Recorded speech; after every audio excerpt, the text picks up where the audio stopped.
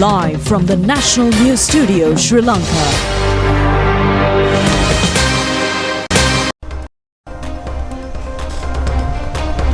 Good evening and welcome to the National News broadcast, bringing to you live from the National News Studios here at Rupavahini. We are ready to bring you the top stories here at home and around the world. I'm Charita Minipurarachi. And I'm Kasini Balachandra Adhikari. We start off with a look at your headlines for tonight. Pakistan government responds positively to President's request. Team ready to participate in the match with India, due to be played in Sri Lanka in the T20 World Cup tournament. Medical aid of the President's fund hiked, special attention to expand educational scholarships and to minimize queues for surgeries. Transparency International hails the minimizing of corruption in the state structure of Sri Lanka. The country moves 14 places ahead. Veneration of Devanimuri's sacred relics of Lord Buddha to end at 6 a.m. tomorrow. A request not to join queues after 10 p.m. tonight. The raised daily wage of estate workers effective now. A new bus service with facilities for persons with special needs. A trade agreement between the USA and Bangladesh. Spinner Vanidu Hasaranga out of T20 World Cup cricket tournament.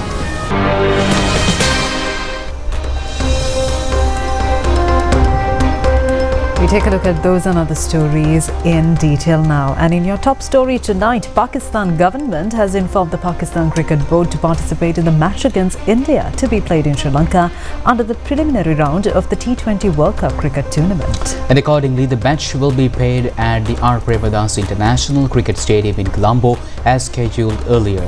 President Anura Kumar Dissanayake has thanked the government of Pakistan in this regard.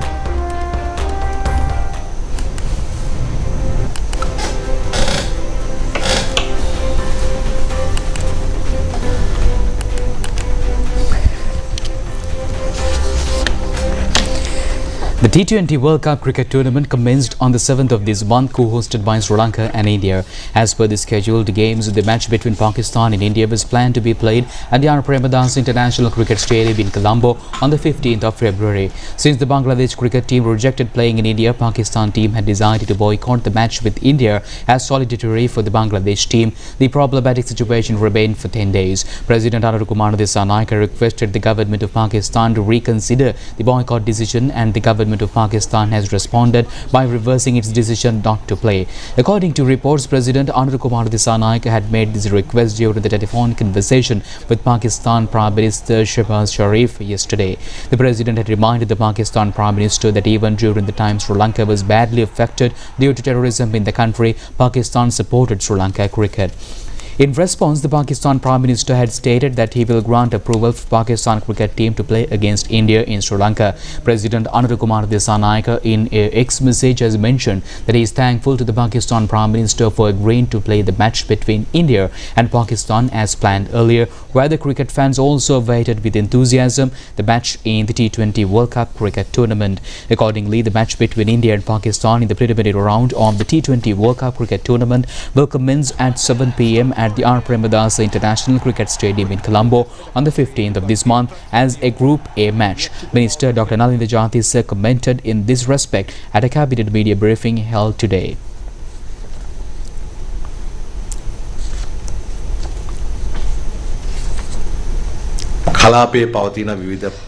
Minister Dr. Nalinda Jatisa said that the Sri Lankan government intervened to ensure the India-Pakistan match could proceed despite regional issues. He credited high-level discussions between the Sri Lanka President and the Pakistani Prime Minister for this outcome, noting that the Pakistani government expressed satisfaction with this agreement and arrangements.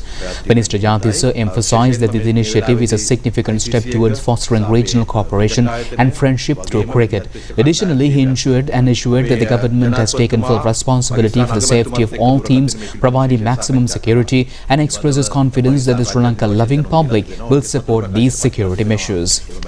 A pivotal moment in this resolution came during a warm telephone conversation between the Prime Minister Sharif and Sri Lankan President Anura Kumar Dissanayake.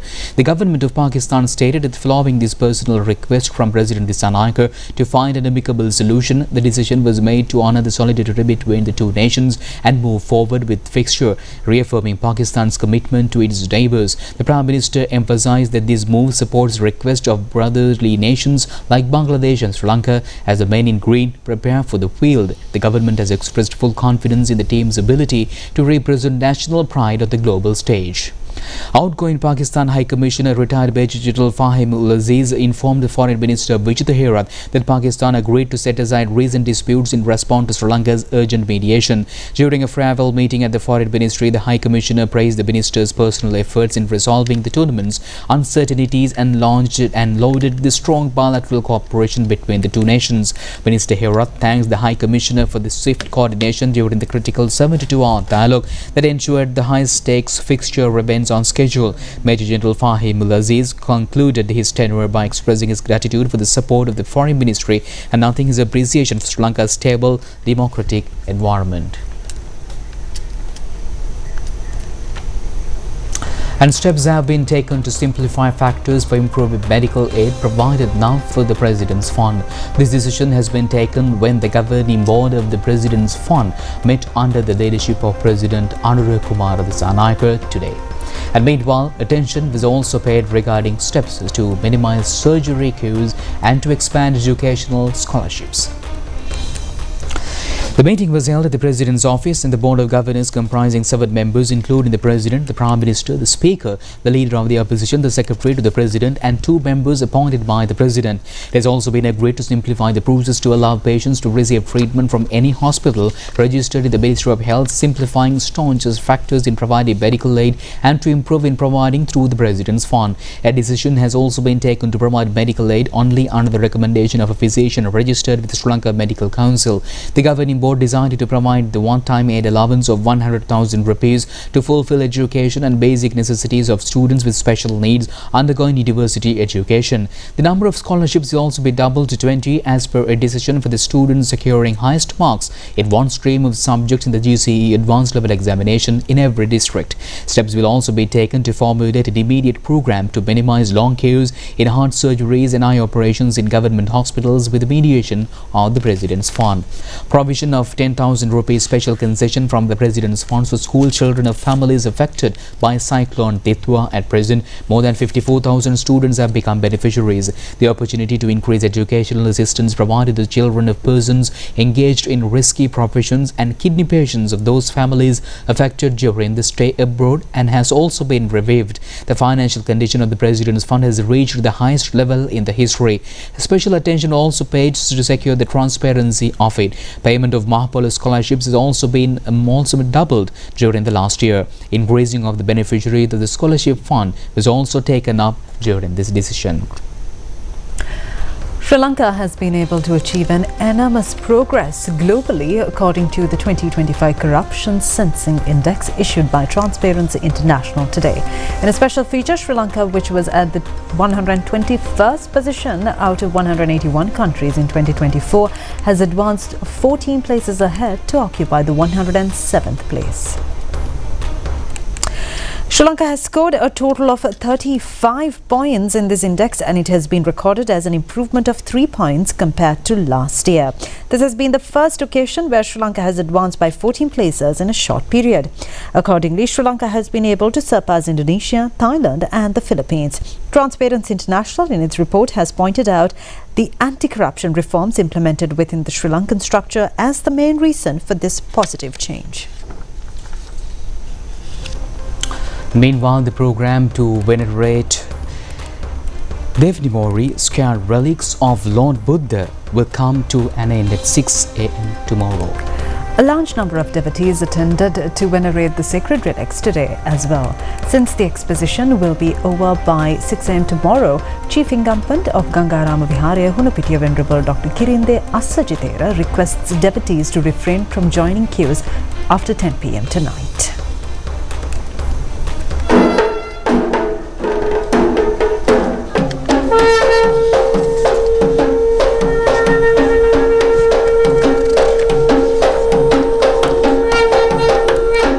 Exposition of the Devnimori holy relics is currently happening for the 6th consecutive day at the Colombo Gangaram temple, and hundreds of thousands of devotees are gathered here day by day to pay their reverences to these holy relics. The exposition will continue till 6 am tomorrow, and the devotees will not be admitted to the queue from 10 pm tonight.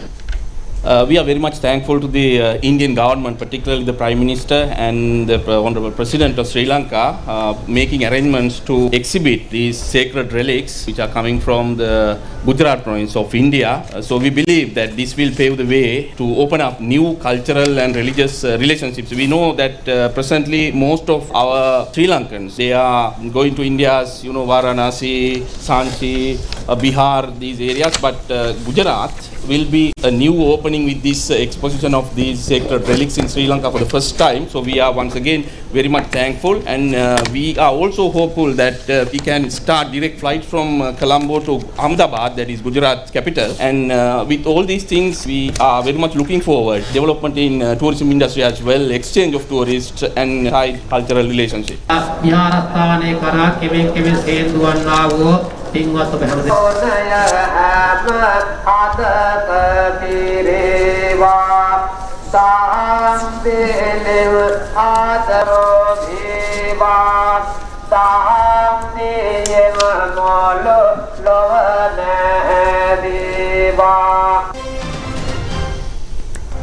A meeting was held yesterday between General Secretary of the Janata Vimukti Perapuna, Tilvin Silva, who is on a visit to India at present, and the Chief Minister of Gujarat, Shri Bhupendra Rajnikant Patel. Special attention was paid regarding the achieved industry-related progress and future development plans of Gujarat state of India. Discussions were also held on the practical application of such development plans. Discussions were also held to cooperate in areas such as industries, tourism and development of industries like apparels in this country.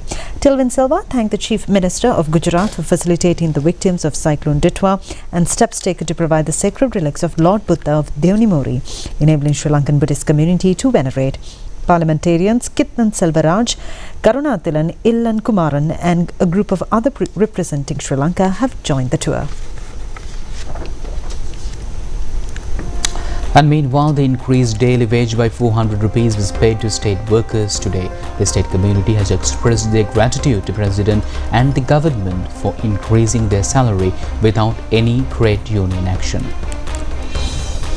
Minister Samantha Vidyaratna described this as a historic day for the state community and the government as they fulfill a key election promise by increasing the wages of state workers.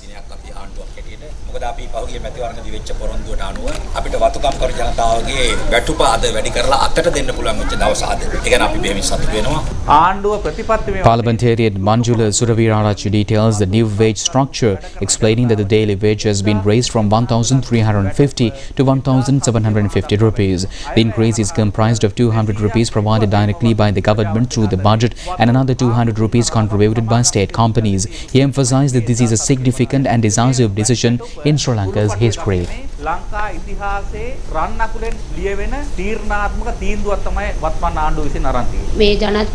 State workers in Helbod Estate in Norwood area celebrate this with much enthusiasm and pride-taking Kiribat. According to the state workers, there is a deep sense of gratitude and happiness within their community following the President's decision to increase their wages, and the workers expressed their thanks to the government and the minister for this change, emphasizing that the increase significantly benefits their families and the lives of the state people. Cabinet spokesman Minister Dr. Nalinda Jayatissa says that the health sectors of this country are paying utmost attention regarding the Nipah virus. He made these remarks during the cabinet media briefing held today.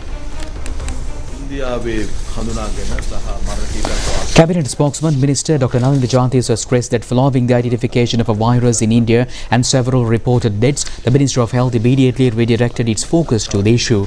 Even before deaths were reported in Bangladesh, the Ministry began implementing necessary measures at airports for all incoming tourists. He noticed that the virus is more fatal than the previous COVID-19 pandemic, prompting health sectors to maintain a high level of vigilance and preparation. This is particularly crucial given that the 400,000 tourists arrived in the country within the last 4 days, contributing to a record of 270,000 arrivals in January and the highest Sri Lanka's history for that month. It has been mentioned during the media briefing that a scientific approach is necessary for the beach insane fishing industry. Cabinet spokesman Minister Dr. Nalin Jantiso emphasized that regarding the fishing industry, there are 898 registered beach scene ports in Sri Lanka with approximately 750 currently active. He explained that during the 2015 hybrid government, temporary permits were equipped, modifications were granted by then Ministries of Fisheries Mahinda Amarveera and State Minister Dilip Vedarachi. To protect this industry, the Nara Institute proposed a scientific approach in 2015 regarding the use of tractors and winches for beach seeing. He assured that those following traditional methods will face no issues. The minister stated that immediate investigations are also being carried out regarding the crimes occurred recently. Cabinet spokesman Minister Dr. Nalin Jantiso also addressed investigations into public funds allegedly held abroad, specifically mentioning inquiries into money in Dubai. While some have questioned whether Namal Rajapaksa's funds are being returned, he stated that several politicians linked to figures like Kelly Rambukmalla are now being summoned by the Criminal Investigations Department. He highlighted a concerning incident where an official was arrested without reasonable cause and 700 officers investigating these crimes were slapped with travel bans. Despite attempts by some of those who destroy evidence, he emphasized that investigations are actively working to recover and pursue these leads. Mention was also made regarding future action on state institutions. Cabinet spokesman Minister Dr. Nalin Jantiso said that the government's intention to make several changes to chairmanships and board of directors of state institutions in the coming days. Discussions regarding these appointments are ongoing and the public will be notified of the specific changes shortly. Sri Lanka Rupavahini Corporation is ready to celebrate its 44th anniversary on the 14th of this month. Several intellectuals have extended their best wishes to the corporation in this connection.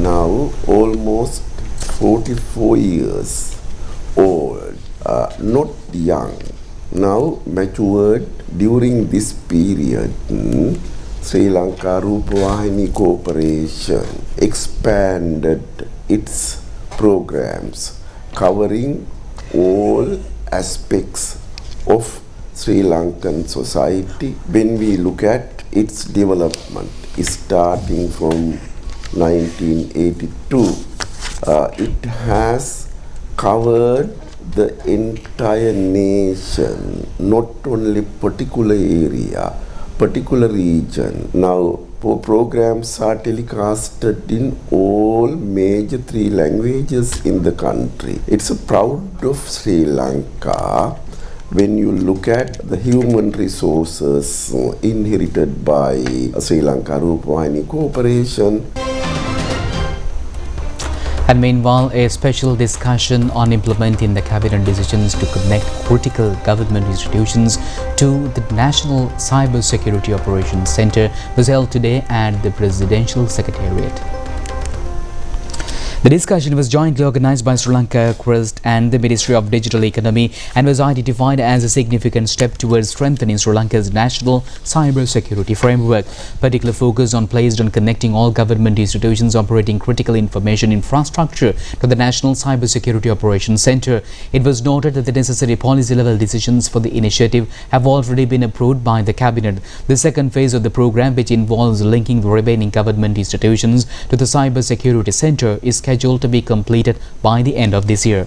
The discussions also highlighted the importance of properly implementing awareness and training programs on digital security for all public sector officials. The proposed mechanism is expected to support the prevention and management of disruptions to essential services arising from cyber threats such as government website defacement, ransomware attacks and data breaches.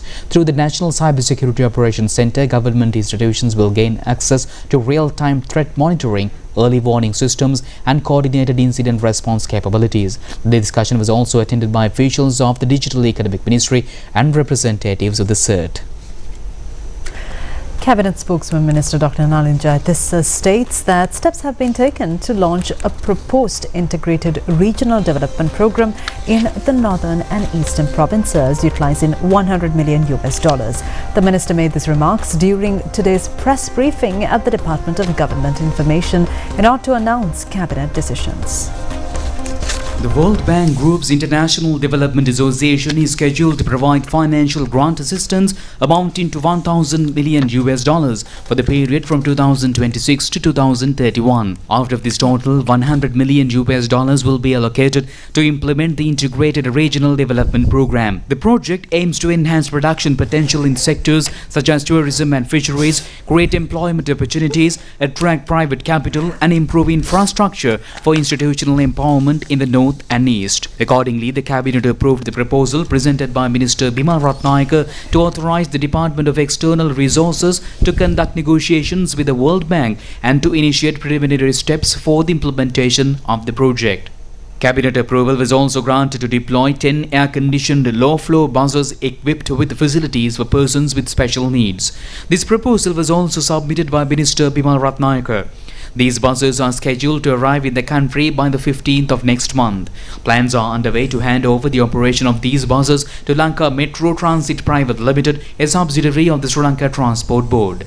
Updating the first National Mineral Policy formulated in 1999, the National Mineral Policy 2026 has been designed under the theme Sustainable Resource Usage, Maximum Benefit Generation, as outlined in the current government's A Thriving Nation, Beautiful Life Policy Manifesto.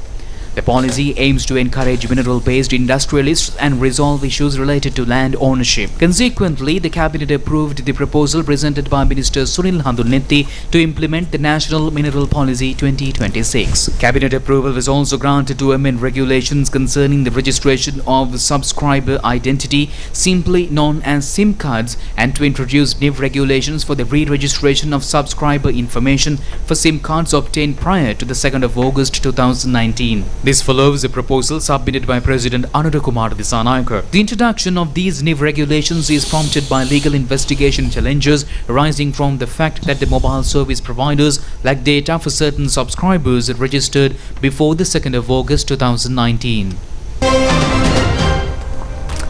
In a significant move to bolster diplomatic and economic ties, Paola Pampaloni, the acting managing director for Asia and Pacific of the European External Action Service, met today with senior Sri Lankan leadership.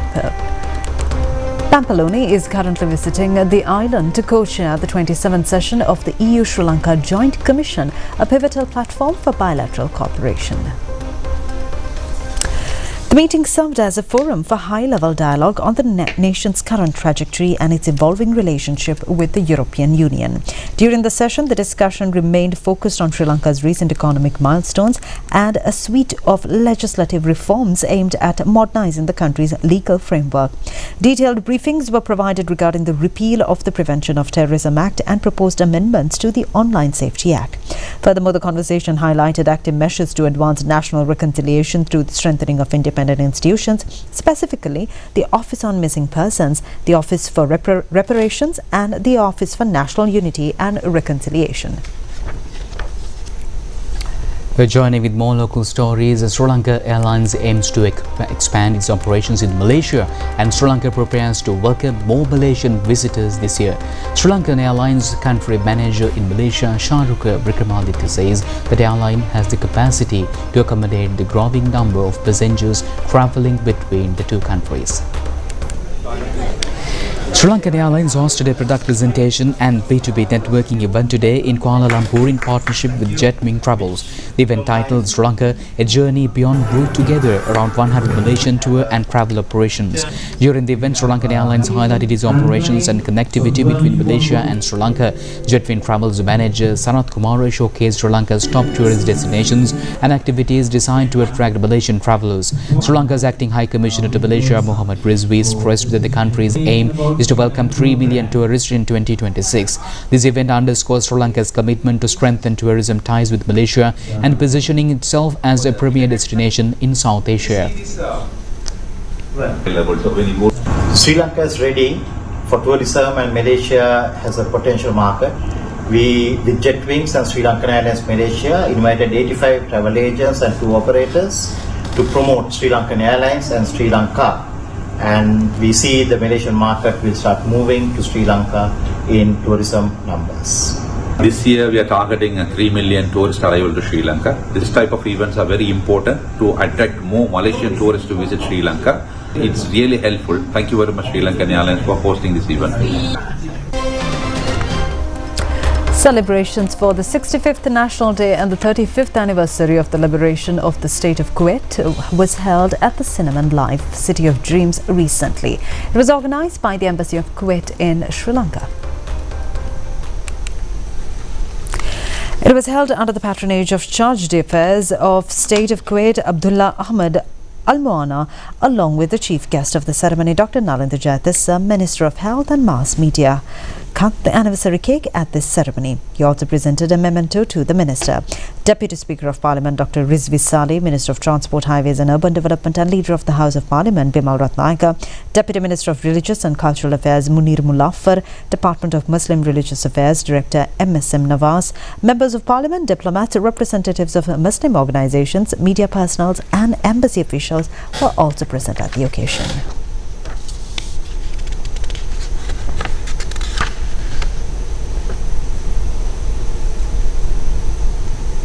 Economic cooperation between Kuwait and Sri Lanka continues to expand, reflecting the complementary strengths of our two nations, from investment and development assistance to trade, finance and technical cooperation.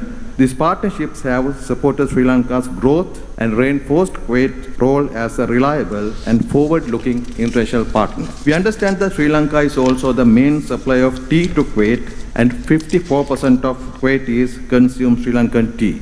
Through the Kuwait Fund for Arabic Economic Development, we have seen transformative impacts across our landscape. 1,899 Kuwaitis have visited Sri Lanka for tourism. I take this opportunity to encourage you to invite more Kuwaitis friends to experience our country, culture and hospitality. As we look forward toward 2026 and beyond, we hope to evolve our partnership from its traditional framework to one of strategic economic synergy. Sri Lanka wishes to focus on three key pillars in our future cooperation, namely energy and green transition, investment in the port city and labor diversification.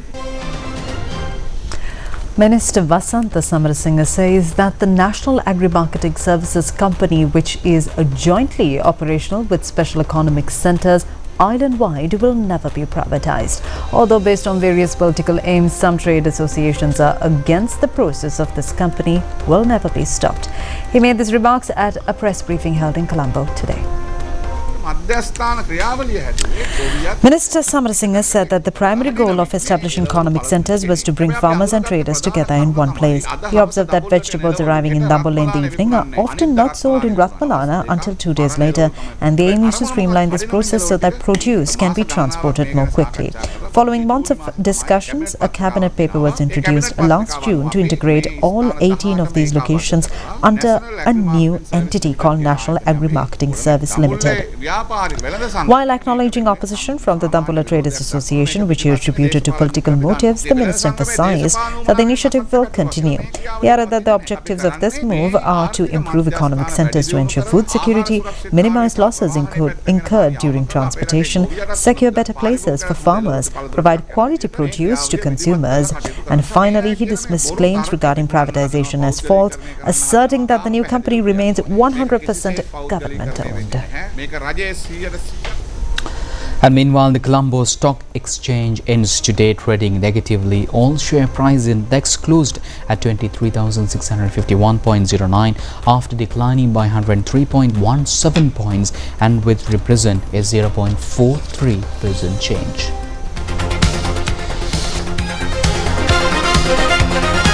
The S&P SL20 index closed at 6,605.41, down by 3.27 points and 0.05%. Total market capitalization at the close of the trading stood at 8.436 trillion rupees. Market turnover for the day amounted to 3.546 billion rupees with 158.17 million shares traded.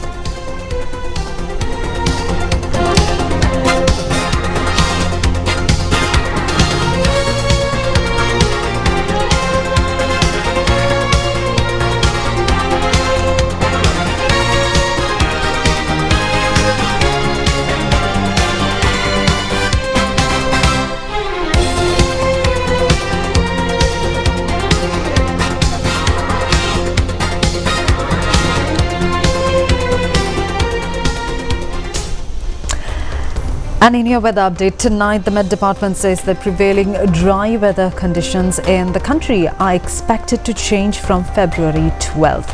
Now, mainly dry weather will prevail in most parts of the island.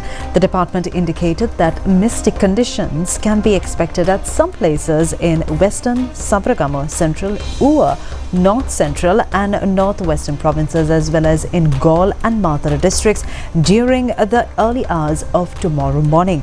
With this, here is the city weather forecast for the next 24 hours.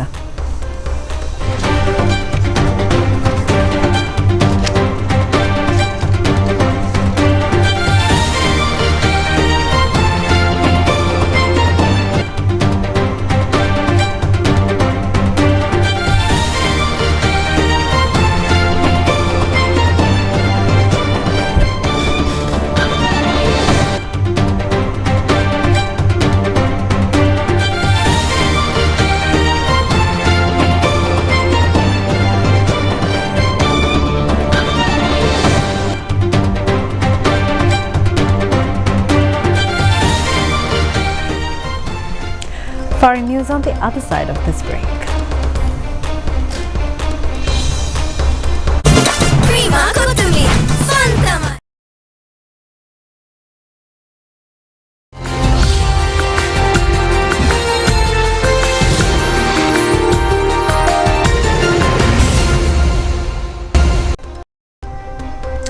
Welcome back with international stories. In Bangladesh secures exemptions for some clothes and textiles that are made with US produced materials. As part of a new agreement, Washington will also cut its tariffs on Bangladesh to 19% in exchange for Dhaka to open its markets to a wide range of American goods. The apparel industry forms the backbone of Bangladesh, which is the world's second largest exporter of clothes after China. The South Asian country has been in long-drawn talks with the White House after President Donald Trump imposed sweeping tariffs on global trading partners in April last year. The White House said in a joint statement between the sides that the agreement will strengthen the country's economic ties and offer both quote, unprecedented access, unquote, to each market. It is said the US will lower its tariff rate on Bangladesh and will also identify certain clothing and textile goods from the country to enter the US free of tariffs. The goods include those produced with American cotton and man-made textiles, the statement said. The volume of these will be determined by how much textiles the US exports to Bangladesh. The clothing sector accounts for more than 80% of Bangladesh's total export revenue and employs around 4 million workers.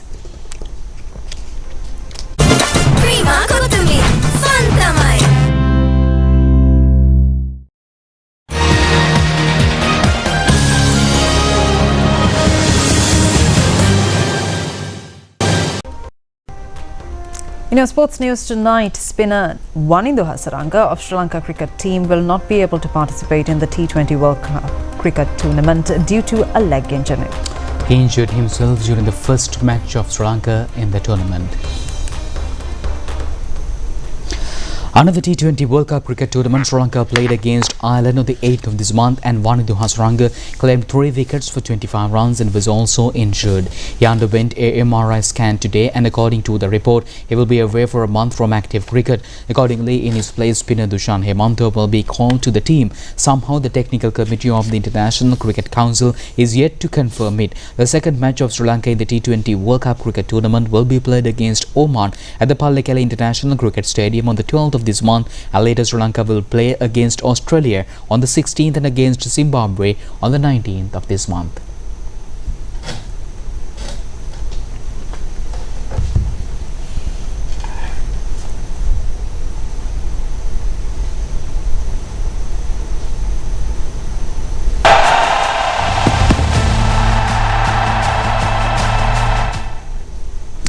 And with that, we conclude the 9 p.m. news telecast of the prestigious channel of Sri Lanka. I'm Charita, signing off with Khasani. Stay safe and good night. Good night.